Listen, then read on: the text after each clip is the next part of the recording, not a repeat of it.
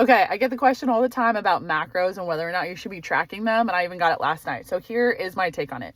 One is I think that it's a super helpful tool when it's used as a tool. I find that very few people can do it long term and have it not turn into some like obsessive, like burdensome task. And I don't think that that's really what's necessary. It should be used as a learning tool. And once you learn from it, being able to like use that knowledge to like apply it to daily life, I think super helpful. So here are my thoughts. One, I think it can be helpful when you're starting to like learn like what's actually in food. If you have your macro settings, you're starting to input food, I could think it gives you an understanding of like, oh, that's actually in that food item in regards to like carbs, fat, protein. I also think it's super important that you look at the stuff below just the macro setting. So I think a lot of times we look at calories, we look at protein, fats, carbohydrates, and we forget all the other stuff.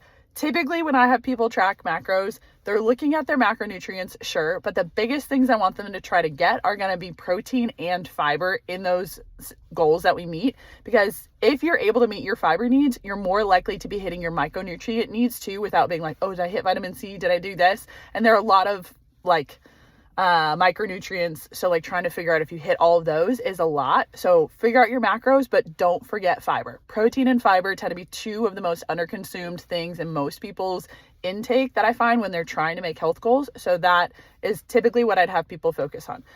Not only do I think it's helpful in learning what's in your food, but I think that it can help a little bit too with helping you understand your body. Our body's going to tell us when we're hungry and when we're not hungry anymore. And I find that a lot of times, especially in America, when we're doing stuff on the go all the time, you just eat when it's necessary or when you have in the past without necessarily paying attention to whether or not you're actually hungry or not hungry anymore. And so I think that being able to log it and then pay attention, like, am I hungry? Am I not? I think is a super helpful thing to be able to do because it gives you a little bit more awareness of what's in your food. So most of the default settings on the tracking apps that you'll get, I don't necessarily love. So I typically recommend like slight adjustments to those goals, which you can do in your free version if you know how to access that and what to adjust it to. But quick thoughts on macro tracking.